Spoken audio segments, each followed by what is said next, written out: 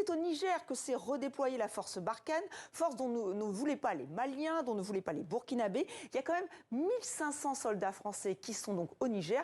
Est-ce qu'il y a un plan B pour l'armée française? Élément de réponse avec Christina Moleova. Après l'Union africaine, les Nations unies et les États-Unis, la France a fait part de sa préoccupation suite au renversement et à la séquestration du président nigérien.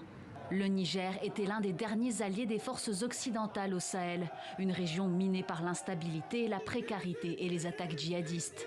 Les États-Unis et l'Union européenne ont dépensé des dizaines de millions d'euros pour aider le pays à améliorer sa sécurité. La France y a également rapatrié ses troupes après la fin de l'opération Barkhane et mène des missions conjointes avec l'armée nigérienne contre l'État islamique au Grand Sahara. En tout, près de 1500 soldats sont toujours sur place et plusieurs équipements de pointe, dont 5 drones Reaper et 3 avions de chasse Mirage. De nombreux experts estiment que Paris pourrait totalement disparaître de la région à court terme. Avec cette instabilité qui va se mettre en place avec des institutions nouvelles, on peut craindre malheureusement peut-être un décrochage sécuritaire. C'est ce qui s'est passé d'ailleurs au Mali et au Burkina Faso lorsque les juntes se sont installées, ont chassé des présidents élus. Il y a eu une dégradation sécuritaire dans les deux cas.